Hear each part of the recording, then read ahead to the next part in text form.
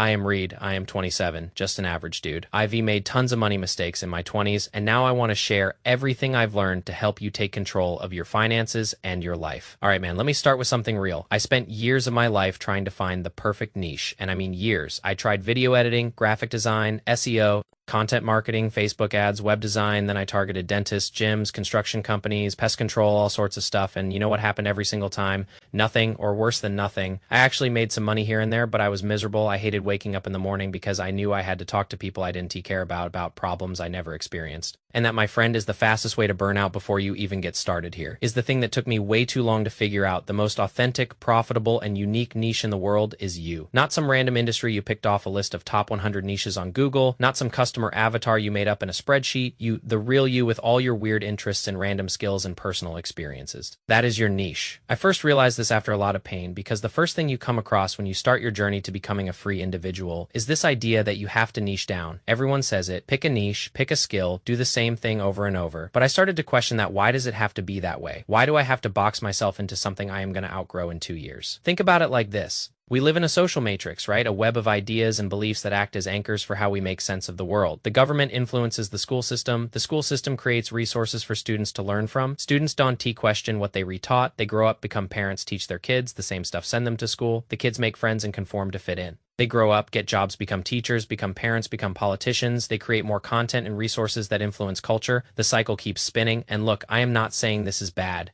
This is how we learn to survive as a species. But here's the problem. If we never question what we learned along the way, if we just accept the limited worldview we were given as kids, we never know our real potential, we never know what we actually capable of. We end up as clones of everyone else. Now, there is a business matrix too. Same concept, but for how businesses are supposed to operate. It is the advice you get online about starting a business. Pick a skill, pick a niche, do the same thing everyone else is doing. Do work you don't care about for people. You don't care about to live a life you don't care about. That is the formula, and it is broken. You decided to start a business because you wanted to escape the mechanical, meaningless lifestyle, right? Not to create a new one where you just earn a little more than you did at your job. But here's the thing. You can break free of the business matrix instantly. That is not how it works. First, you learn the rules of the game. Then you create your own rules without breaking the system. You play the game others want you to play it first, like you did in society learning from your parents. But then eventually you reflect and you question. You think, okay, what can I actually do? How can I create my own game and get better results than those who came before me? So my goal with this video is to give you a complete outline of what your niche actually is, and that outline will contain pretty much all the content topics you will ever talk about for the entire lifetime of your brand. We are going to go over some philosophical stuff first because I think it will help a lot of people understand what a niche really is. Then we will get into how to actually create your niche and put it on paper. And then we will answer common questions like, what if people don't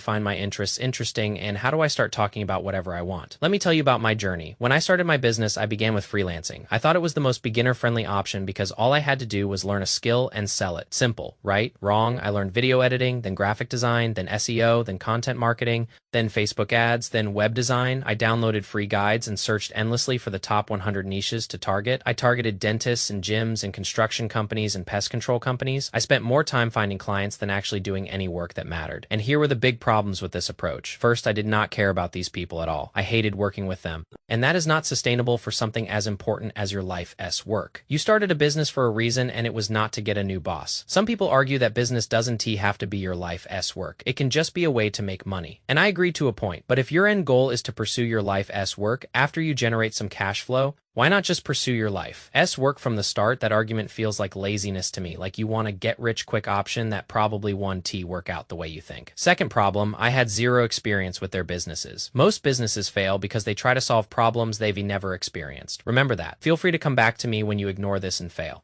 I am not saying that to be mean. I am saying that because I learned it the hard way. Third problem, this approach prioritizes finding clients instead of attracting them. You learn a skill for someone else. You search endlessly for people to reach out to. You spend more time on lead generation than building anything that actually gives you leverage. It is exhausting. Now, here is something I want you to keep in mind for the rest of this video. I am speaking under the lens of building an audience because social media is the new traffic mechanism for businesses. Building an audience is just how you build a business in 2024. It has always been how you build a business with media media and advertising. But now with social media where all the attention is, it is a blessing for individuals who understand that they can just write content and build an audience and build a business that way. This is what sparked the whole You Are, the niche philosophy. Too many people are operating from 20 to 30-year-old business mindsets and trying to apply that to the modern social media age. They don't understand how social media works. So I am here to change that. I want you to understand that as one person you can build an audience and start a hyper-profitable business without boxing yourself into a specific niche. We will learn how to do it together. It is no wonder people don't stick to building a business. The business ideologies that have dominated the space for too long are shallow. They lack regard for human nature, psychology, and fulfillment. But things evolve. There are better ways to start a business now. So let us learn how to create our own niche that is profitable, authentic, and something you actually enjoy doing. First, let me share a few lessons that will spare you a lot of pain. Lesson 1, the endless shiny object syndrome you have with finding a niche is a blatant sign that business hasn't clicked for you yet. You don't understand it, you haven't failed enough, you haven't produced enough. Here's the truth, you can make any niche work. That is why it is wise to create your own instead of chasing someone else. Lesson 2, build a product or service that you would actually buy, use, and benefit from. There aren't many shortcuts in business, but this is one of them. When you do that, you become the niche and you can focus on marketing to your past and current self. Think about it. Build a product you would buy.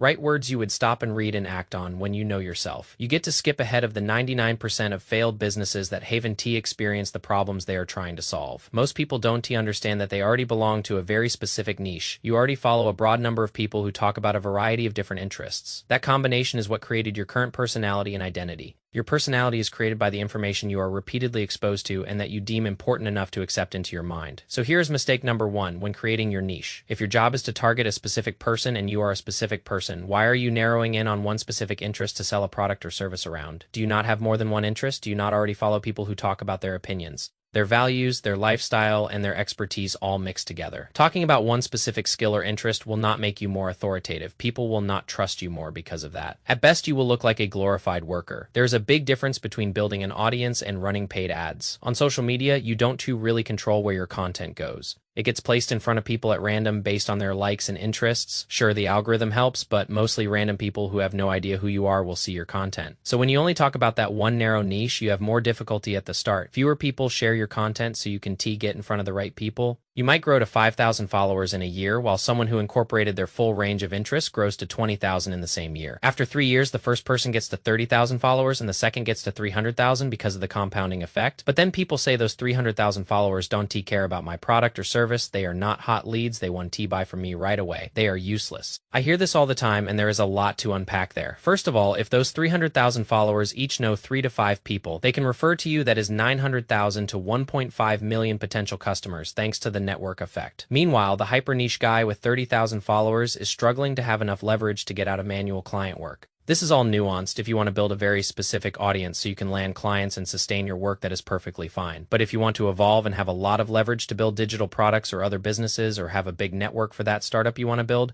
you need to think bigger. Another thing here is that posting about your interests will not kill your business. People get so narrow-minded when money is involved. They think, oh my God, if I make one mistake, my entire life is at risk. My entire business is at risk. I will never land another client. That is not how it works. You are getting thousands, if not hundreds of thousands of impressions on specific pieces of content. If you cannot turn any of those into clients, no matter what audience it is, through referrals or persuasion, then you probably should not be in business, or you just need to upskill yourself in persuasion and marketing. The second thing about not attracting people who are ready to buy right away is that they are not supposed to buy from you immediately. That is the entire purpose of writing content. You help them go from beginner-level understanding to advanced understanding over time. You create customers by raising them up the levels of awareness. You attract with social media, educate with newsletters and emails and free downloads, and help them implement with your product or service. Brand is to attract, content is to nurture, product is to implement. The third thing is that nobody is a useless follower. You are just so narrow-minded and indoctrinated with outdated business dogma that you don't understand people can learn something new that improves their life. You can go on social media right now, read a post, and become interested in a new topic. You were not born with specific interests. You were persuaded of their importance,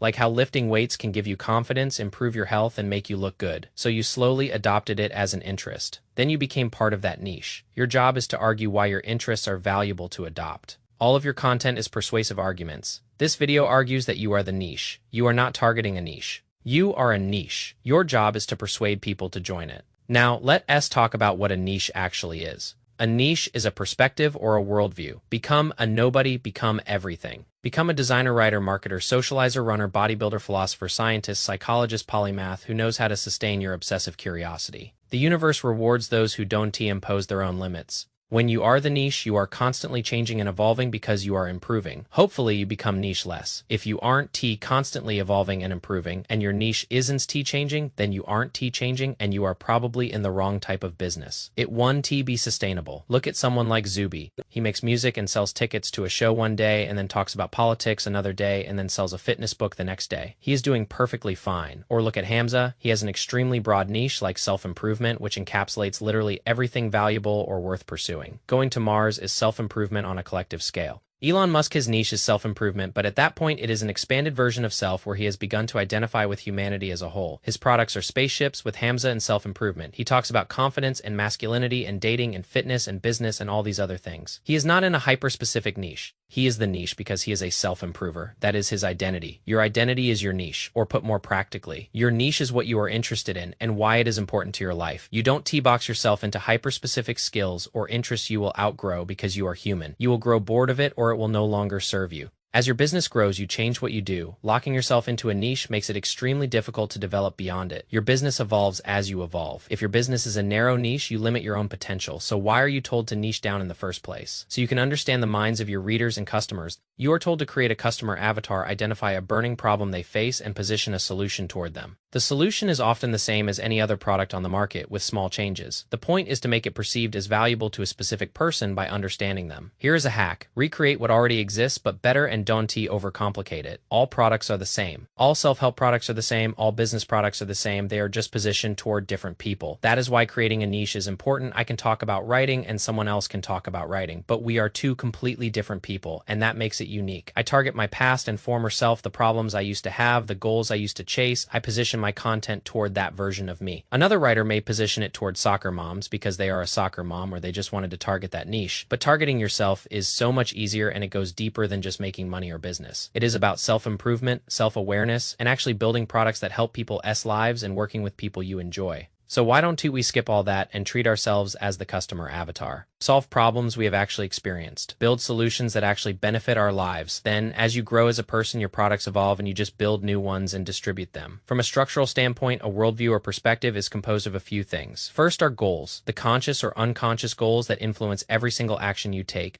like taking one step forward or going to the gym. When I say one step forward, I mean literally taking a step. You are acting toward a goal. You are moving in a specific direction. Everything you do is associated with some goal, even if you don't realize it. Self-generated goals put you in control of your life. There is that Carl Jung quote about making the unconscious conscious, something like, if you don't make the unconscious conscious, it will determine your fate.